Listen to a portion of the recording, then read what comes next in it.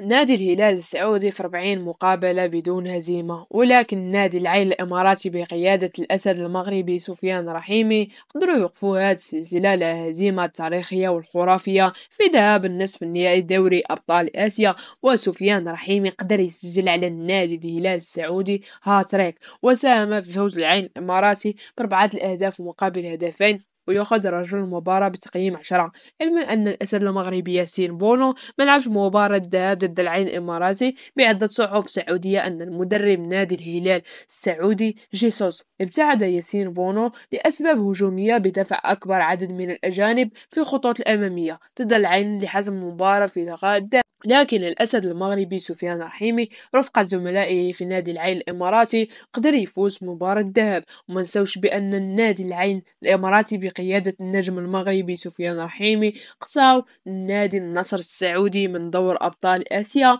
ورحيمي قدر يسجل عليهم 4 أهداف ذهابا وإيابا. وحاليا سفيان رحيمي هو هداف دوري أبطال آسيا برصيد 11 هدف، علما أن في دور المجموعات قدر يسجل غير 4 أهداف، لكن 7 الأهداف قدر يسجلهم في أدوار إقصائية ضد فرق قوية كالنصر السعودي والهلال السعودي. والآن نادي العين الإماراتي بقيادة النجم المغربي سفيان رحيمي قدروا يوصلون لنهائي دوري أبطال آسيا ضد يوكوهاما.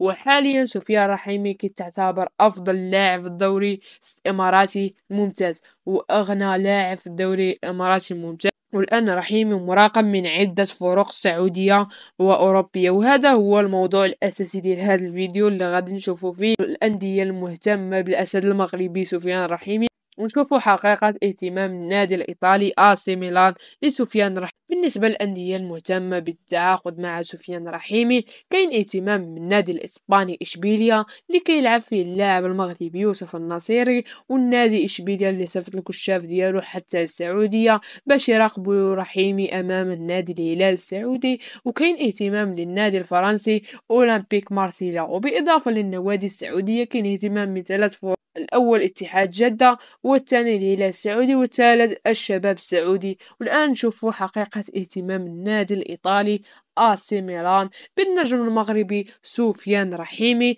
من أجل تعويض النجم الفرنسي والمهاجم فريق آسي ميلان اللي غادي يرحل على النادي الآسي ميلان في انتقالات صيفية لهذا الموسم. وأنا متأكد أن النجم المغربي سفيان رحيمي ما غاديش يعاود نفس الغلطة اللي دارها بانتقال للنوادي الخليجية، وغادي يفضل احتراف في أوروبا على أموال الخليج.